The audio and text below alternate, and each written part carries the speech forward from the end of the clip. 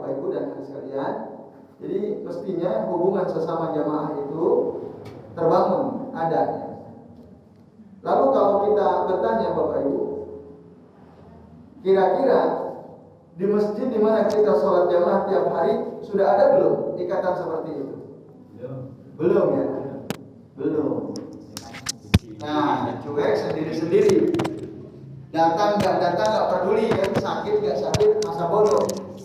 Gitu ya, kebanyakan kita masih seperti itu. Itu Bapak Ibu dan hadirin sekalian, azani Allah wa iyyakum ajmain.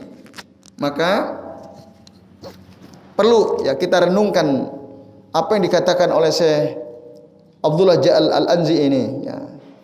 Dalam kitab beliau Hukuk Al-Musallin, bahwa sesama jamaah itu harus saling peduli, saling memperhatikan. Nah, di antara yang paling ringan adalah misalnya kita pas ketemu ucapkan assalamualaikum. Tuh, itu tadi ya. Pas kita mau berpisah juga ucapkan assalamualaikum. Nah, itu yang bisa memunculkan rasa persatuan, rasa kasih sayang. Itu akan menyatukan sesama kaum muslimin yang satu dengan yang lainnya. Sekaligus Bapak Ibu, saat kita mengucapkan salam, ini kata Syekh Abdullah ya, Al-Anzi, beliau katakan wa izharu syiarihim al-mumayyiz lahum min ghairihim min ahlil milal. Saat kita ketemu mengucapin salam, itu sesungguhnya kita sedang menampakkan syiar istimewa yang kaum muslimin miliki, yang tidak dimiliki oleh agama lain. Itu di samping saling mengucapkan salam satu sama lain juga ya bisa menghormati ya, mendoakan sesama kaum muslimin. Maka penting Bapak Ibu dan hadirin sekalian, a'azani Allah wa iyyakum ajmain. Bahkan sebenarnya mengucapkan salam kepada sesama jamaah itu adalah hak mereka, hak seorang muslim. Jadi kalau kita ketemu dengan sesama jamaah di masjid, di antara hak yang harus kita penuhi adalah kita mengucapkan salam. Sebagaimana Nabi SAW bersabda, hakul muslimi alal muslimi sittun. Hak seorang muslim atas muslim yang lainnya ada 6. Lalu ditanya Rasul, mahunna ya Rasulullah, apa itu ya Rasulullah? Salah satu di antaranya Rasul mengatakan, idza laqitahu fasallim alaihi. Kalau kamu bertemu dengan dia, maka ucapkanlah salam kepadanya. Hadis rawahu Muslim, akhrajahu Muslim. Nah, ini Bapak-bapak dan ibu-ibu serta hadirin sekalian, a'azani Allah wa iyyakum ajmain. Nah, di sisi lain, tidaklah seharusnya antara sesama jamaah sholat di masjid itu ada khilaf, ada friksi, ada konflik sesama mereka. Ya, harusnya tidak ada. Apalagi perkara kecil gitu. Jangan sampai karena perkara kecil lalu menyebabkan antara satu jamaah dengan jamaah lain itu ya terjadi friksi, konflik tadi ya. Itu tidak bagus. Maka harus cepat diselesaikan. Nah, harus bersabar satu sama lain, bersikap ya tasamuh, toleran antara satu dengan yang lain, kedepankanlah kemaslahatan umum daripada kemaslahatan pribadi. Nah, ini Bapak-bapak dan ibu-ibu ya serta hadirin sekalian. Jadi tadi di antara hak penting yang harus kita penuhi terhadap para jamaah yang lain dalam kita sholat jamaah adalah mengucapkan salam dan ada hubungan ya batin, ada keterikatan antara satu dengan yang lainnya dan bermuka ceria. Kemudian yang poin berikutnya Bapak Ibu, saat kita membawa anak kecil ke masjid untuk sholat berjamaah, perhatikan jangan sampai jamaah lain mengeluh disebabkan karena kehadiran anak-anak kecil yang kita bawa ke masjid. Nah, itu jangan sampai ada keluhannya. Karena kadang terjadi ya, ada orang tua membawa anaknya dan anaknya mengganggu. Ini jangan sampai terjadi. Walaupun ya tidak diragukan lagi bahwa membawa anak ke masjid adalah sesuatu yang dibolehkan. Dulu juga Nabi begitu, membawa cucunya Hasan Husain, bahkan Umamah bintu Zainab, cucu perempuan beliau. Disebutkan dalam hadis riwayat Imam Al-Bukhari dan Muslim, ya, bahwasannya kanan nabiyyu ya faqad kana nabiyyu sallallahu alaihi wasallam yusalli bin nas. Nabi pernah salat mengimami orang-orang wa huwa hamilu Umamah ala atikihi. Waktu itu Rasul bahkan membawa cucunya Umamah di atas pundak beliau. Bayangkan, padahal beliau ngimami gitu ya. Itu boleh, menunjukkan kebolehan seseorang membawa anak ke masjid. Bapak Ibu dan hadirin sekalian, a'adzanillahu wa iyyakum ajmain. Tetapi harus diperhatikan jangan sampai anak-anak itu melakukan perbuatan yang mengganggu orang lain, ya, jamaah yang lain, baik dengan biharokatihim wa aswatihim, baik dengan gerakan mereka lari sana lari sini, atau dengan suara mereka ngobrol sana ngobrol sini.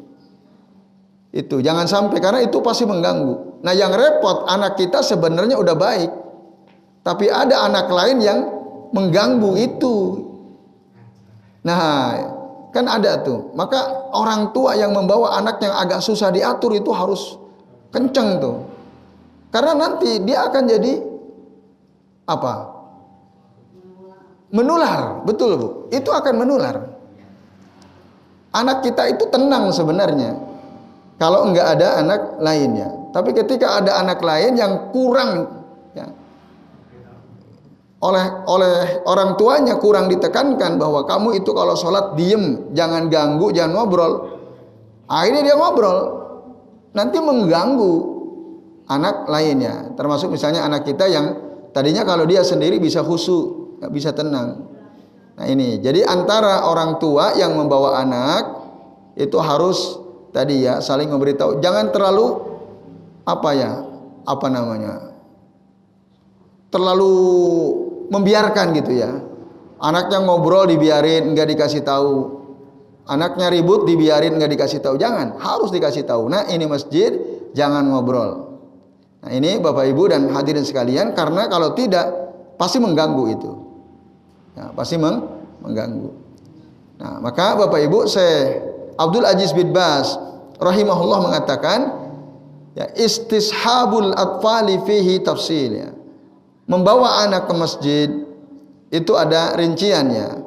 Kata beliau ini, fa in kana at-tiflu qad akmala as-sab'a sinin fa huwa ma'murun bis shalah wa yastashibuhu abuhu aw akhuhu hatta yatamarrana 'ala as-salati wa ya'tadaha wa yuhafidu 'alaiha. Ini kata Syekh bin Baz ya. Jadi kalau anak usianya sudah sempurna 7 tahun, maka suruh dia untuk sholat jamaah. Ya. Kan dalam hadis mengatakan muru auladakum bis shalah wa hum sab'u sinin. Perintahlah anak-anak kalian untuk sholat dan usia mereka 7 tahun. Kalau sudah sempurna 7 tahun, ajak. Ya.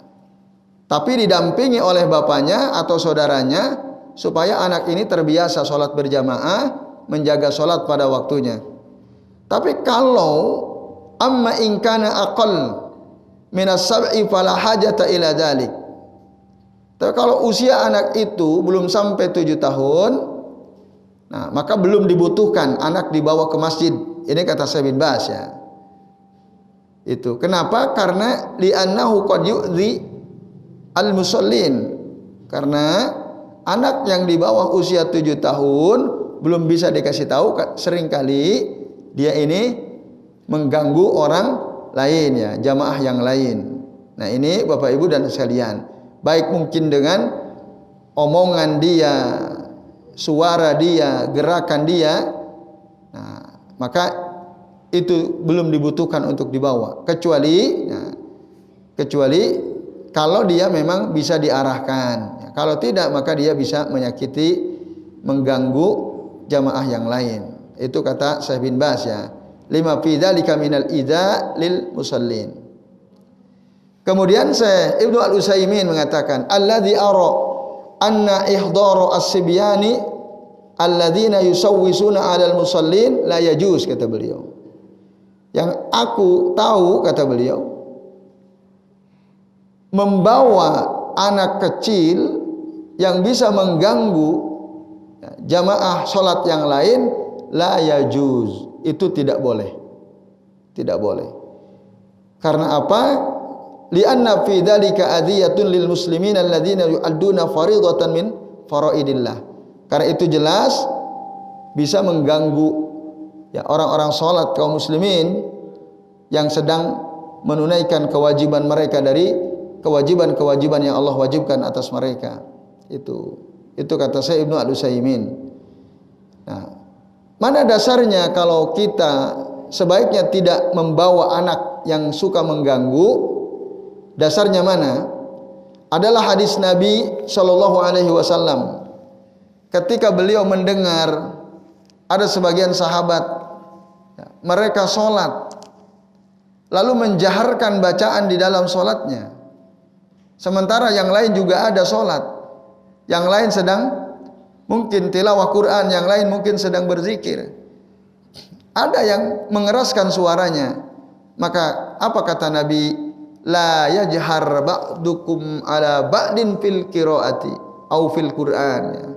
Janganlah sebagian dari kalian mengeraskan ya, atas sebagian yang lain dalam bacaan Al-Qur'annya. Jadi jangan dikeraskan karena masing-masing ya, juga sedang beribadah. Nah, atau dalam riwayat yang lain Rasul mengatakan wala yu'ziyanna ba'dukum ba'dha. Janganlah sekali-kali sebagian kalian menyakiti atau mengganggu sebagian yang lain. Itu ya. Maka berdasarkan hadis ini ya Bapak Ibu dan hadirin sekalian, kita tidak boleh membawa anak yang berpotensi mengganggu jamaah yang lain. Memang membiasakan bagus, tapi jika berpotensi mengganggu itu sebaiknya jangan. Dididik dulu anaknya. Nah, itu. Jadi ini penting ya diperhatikan. Nah, maka para wali atau orang tua dari si anak itu ketika mereka ya, mengganggu jangan dibawa ke masjid. Ya, tapi kasih tahu dulu ya, sebagaimana yang dituntunkan oleh Nabi Shallallahu Alaihi Wasallam. Nah, itu. Yaitu tadi ketika mereka sudah paham, udah ngerti, dikasih tahu, usianya sudah 7 tahun baru. Nah, muru abna'akum bis sholati li sab'in wadribuhum alaiha li asrin. Perintahlah anak-anak kalian untuk sholat saat usia mereka 7 tahun, pukullah mereka ya, jika mereka enggan sholat ketika usia mereka 10 tahun. Ya, hadis akhrajahu Ahmad wa Abu Daud wa Tirmidzi. Nah, ini Bapak Ibu sekalian ya. Jadi kesimpulannya membawa anak itu perhatikan. Ya, apabila ini kesimpulannya ya, anak itu tidak mengganggu, bisa tenang, maka silahkan diajak ke masjid. Walaupun usianya belum 7 tahun. Kalau memang dipastikan anak ini bisa anteng. Tapi kalau belum bisa anteng, masih suka bikin keributan, ya itu jangan dulu. Jangan, karena mengganggu. Nah, nanti dalam Al-Quran ada larangan keras ya. Jangan sampai kita itu menyakiti orang-orang beriman, baik laki-laki maupun perempuan. Nah ini ya.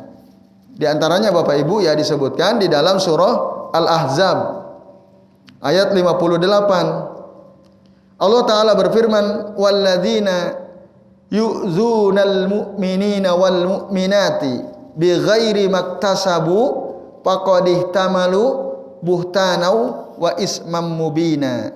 Nah, dan orang-orang yang menyakiti ya, kaum mukminin baik laki-laki maupun perempuan bi ghairi maktasabu, tanpa ada kesalahan yang mereka lakukan, faqad ihtamalu, buhtanau wa ismam mubina. Sungguh dia telah memikul kebohongan dan dosa yang nyata. Tuh. Jadi kalau kita mengganggu, menyakiti orang mukmin disebabkan oleh anak kita yang masih kecil mengganggu, itu tadi termasuk kategori yang dilarang berdasarkan ayat ini. Nah, ini Bapak sekalian, maka ya itu perlu diperhatikan ya. Dalam hadis saya mengatakan, "Man kana yu'minu billahi wal yaumil akhir fala yu'dhi jarahu fala yu'dhi jarahu." Barang siapa yang beriman kepada Allah dan hari akhir, maka janganlah dia menyakiti atau mengganggu tetangganya. Itu orang yang sholat jelas ya, itu adalah tetangga kita. Bahkan ada sebagian ulama ya dari kalangan sahabat, kalau tidak keliru Ali ya bin Abi Thalib radhiyallahu anhu, beliau mengatakan ya, bahwa tetangga itu adalah orang yang sholat subuh berjamaah. Itu tetangga itu ya. Orang yang sholat subuh berjamaah bersama kita. Itu. Jadi siapa yang sholat berjamaah bersama kita itu dah tetangga. Maka perlu diperhatikan hak-hak tetangga. Tadi salah satu diantaranya tidak diganggu, tidak disakiti dan seterusnya. Maka anak kecil yang kita bawa ke masjid jangan sampai mengganggu ya orang yang lain ya, orang jamaah yang lain. Nah, ini Bapak Ibu dan hadirin sekalian, a'azanillahu wa iyyakum ajmain. Yang terakhir, nah ini mungkin agak berat nih yang ini ya.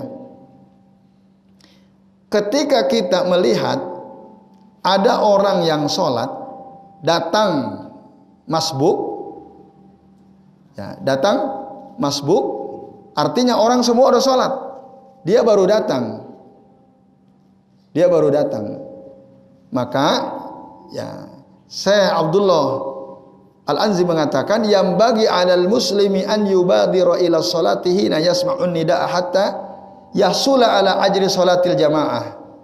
Seorang muslim sudah seharusnya dia datang bersegera ke masjid ketika dia mendengar azan agar dia bisa mendapatkan pahala sholat berjamaah. Lakin idza ma hasala wa ta'akhkhara, tapi kalau dia tidak mendapatkan sholat jamaah karena datangnya telat, pada khalal masjid wa qad fatathu sholatul jamaah, lalu dia masuk masjid, sholat jamaah udah selesai, fa inna min haqqihi al masru'. Nah, ini bahwa di antara hak dia yang masru', yang disyariatkan adalah apa? An yusalliya ma'ahu ahadul musallin. Nah, hendaklah ada di antara orang-orang yang sudah selesai sholat itu sholat bersama dia, dibersamai. Iya.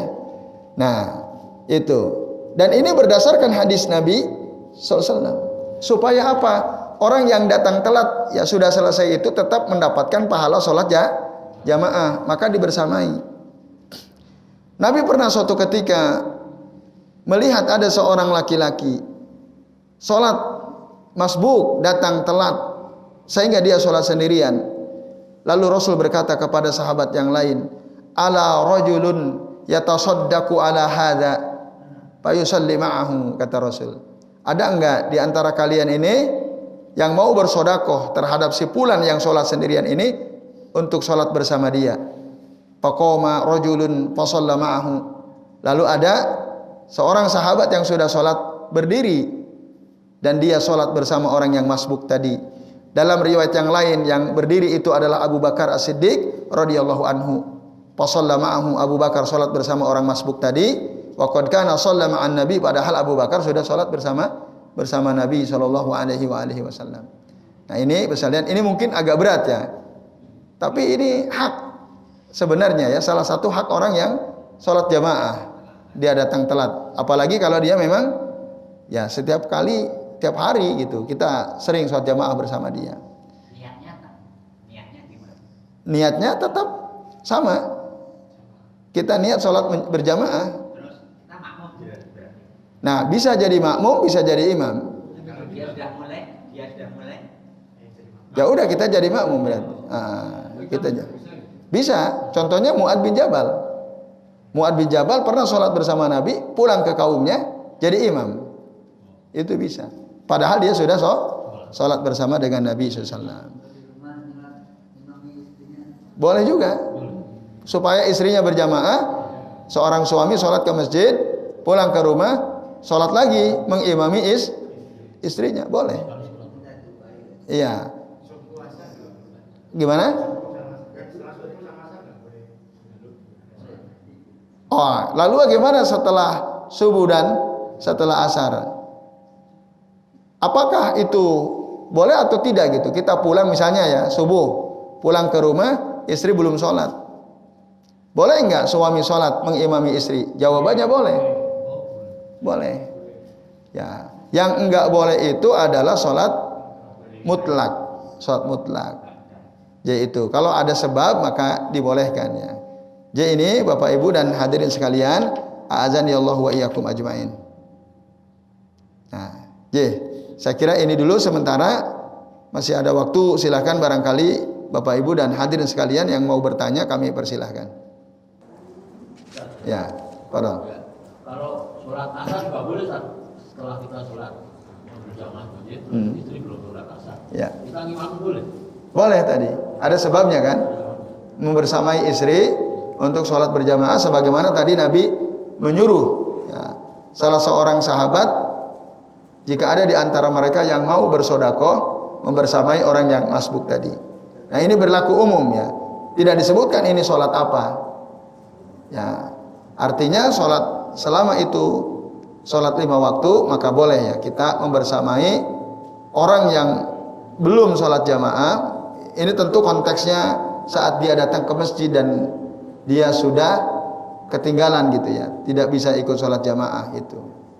Nah, tapi pulang menjamaah istri kalau mau boleh, tapi bukan suatu keharusan ya. Kalau kita pulang ke rumah itu bukan suatu keharusan. Kalau pertanyaannya boleh atau tidak, jawabannya boleh, tapi tidak harus gitu. Nah, sementara tadi yang membersamai orang yang datang ke masjid sementara di masjid sudah selesai sholat, nah itu adalah hak, harusnya ada salah satu dari kita membersamai orang tersebut berdasarkan hadis Nabi tadi. Gimana? Nah, ya, nah, afwan. Masih ada Bapak Ibu? Ya, silakan Mas Adi. Kalau kita membersamai orang yang sholat jenazah, karena kita sebelumnya harus ikut sholat jenazah. Ada mungkin tangga datang sendiri, terus kita ayo datang. Sebelumnya kita sudah sholat. Iya. Juga sama boleh. Ya. Apalagi dia nggak tahu gitu ya. Kalau sendiri dia malu gitu ya. Misalnya kan gitu. Ya kan? Nah, maka kita yang paham, ayo Pak atau Bu, sholat bareng tak imami, itu boleh, nggak ada masalah. Ya itu. Ya, monggo Mas Fahmi. Untuk salam tadi kan setelah sholat kan orang langsung diri kan nggak bisa diajak salaman. Iya. Atau sebelumnya juga misalnya katanya pas waktunya kan jangan sempat salaman juga. Itu waktu yang pas buat salaman biar nggak mengganggu itu waktu kapan? Baik. Yang pertama tadi disebutkan fasallim alaihi idza lakitahu. Ucapkanlah salam kepada dia, saudara kita sesama muslim itu, idza lakitahu, ketika kamu bertemu sama dia. Ketika ketemu langsung. Misalnya Mas Fahmi ketemu Pak Haris ya, pas baru masuk gerbang. Ketemu kan? Nah, itu ucapkan assalamualaikum sambil berjabat tangan itu. Nah, kalau pulang bagaimana? Pulang juga begitu dianjurkan. Ketika kita akan berpisah, ucapkan juga salam. Nah, bisa enggak misalnya ya Pak Haris, Pak Sugeng duduk berdekatan, lalu Pak Sugeng mau pulang duluan, sementara Pak Haris masih berzikir. Bisa enggak kita salaman? Ya, itu juga kita bisa. Kalau tidak mengganggu ya, kecuali kalau yang sedang zikir merasa terganggu maka sebaiknya tidak ya. Ya, kira-kira menurut sangkaan kuat kita, kalau saya ajak dia salaman tidak terganggu maka lakukan.